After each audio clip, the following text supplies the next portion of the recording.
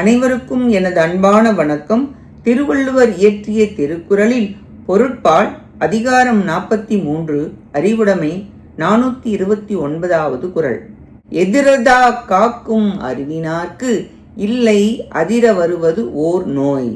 வரக்கூடிய துன்பத்தை முன்னரே அறிந்து அதனின்று காத்து கொள்ளக்கூடிய அறிவை உடையவருக்கு அவர் நடுங்கக்கூடிய வகையில் வரக்கூடிய துன்பம் ஒன்றும் இல்லை. முன்கூட்டியே வரும் துன்பம் அறிந்து அதனின்று தம்மை தாம் காப்பாற்றிக் கொள்ளவும் செய்தால் அதிர வருவது ஓர் நோய், அதாவது மன உளைச்சல், டென்ஷன் வராது. நோய் என்பது இங்கு துன்பம் எனப்படும். முன்னறிந்து தம்மை காத்துவிட்டால் அவர் தேவையில்லாமல் நடுங்க வரும் துன்பமும் இல்லை.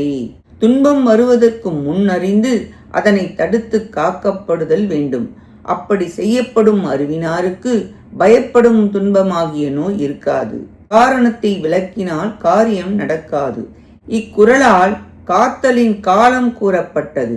நன்றி, வணக்கம்.